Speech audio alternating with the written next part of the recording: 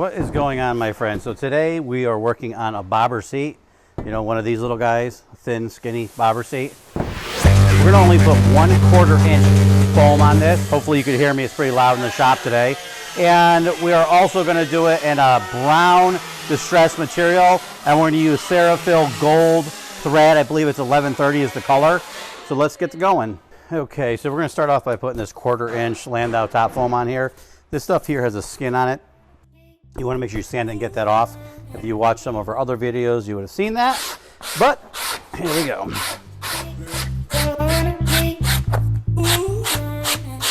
Now we're just going to put some contact adhesive on both surfaces. You want to make this nice and even.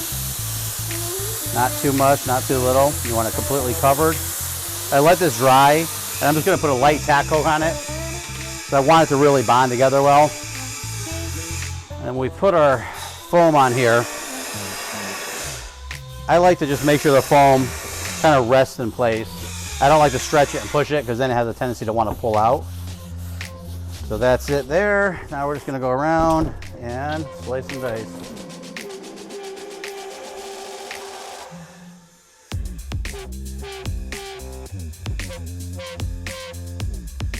So as you can see, this seat is not going to be comfortable.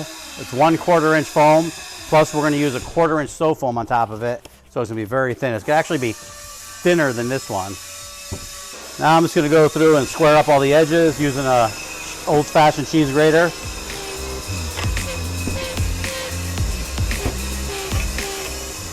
This just gives me a vertical area. Now I am going to skim this top here, so we've got to take that skin off of it so the next layer sticks to it, even though we're only going to put a light foam on this one. All right, so we normally put a pinch edge gasket around the side here, like a little piece of plastic, like a door edge gasket to protect the metal, but this is a thicker metal and it's radius now. So I'm just going through, I'm lightly sanding this just to make sure it's really radius. And we want this kind of crisp because we're gonna have this razor sharp edge, not razor sharp edge, but there's a sharp edge for our seam, and we're gonna have a flat piece of material underneath there. So we want our stitch to be right at the bottom of this and consistent all the way around.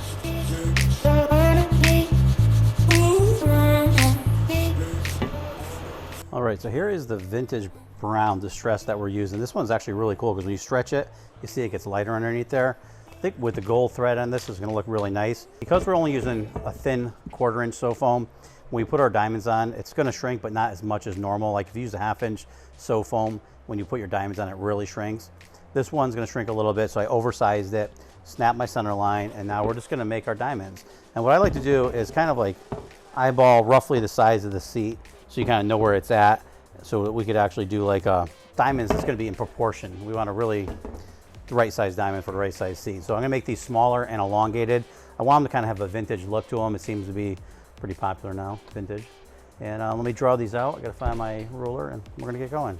I have the diamonds done. I chose to do them 3.5 inches front to back and then 1.5 inches wide. I think they'll look good on this size seat because of the size of it. I think it will kind of give it a vintage feel, almost like an old Bates style seat.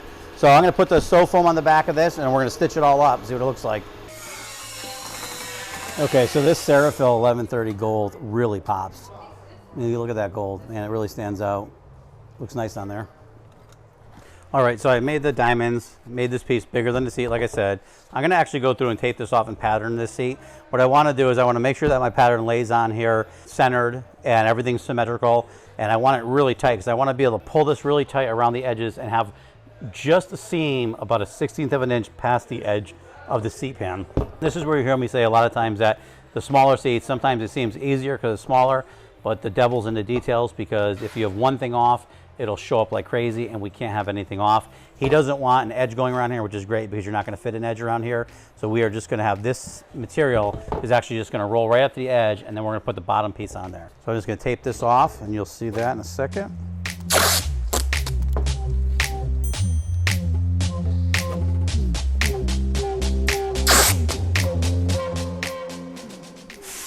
Okay, so Rick's probably too loud and you won't be able to hear me, but we just finished up this little bomber seat. Even though they seem small, they're a lot more challenging, lining everything up all the way around it to make sure that everything fits, going underneath it and make sure the bottom looks really nice. There's a lot more involved with these little guys. We're finishing this one up here. Now we're actually going to do a similar seat, but this one's actually for a BMW that he's doing, like a really cool, like retro modern, just cafe racer race bike looking thing. So this one, you should watch the next video and stay tuned. And if you could hear me, please remember to like, share, follow, subscribe, ring the bell, and all that stuff. Thanks.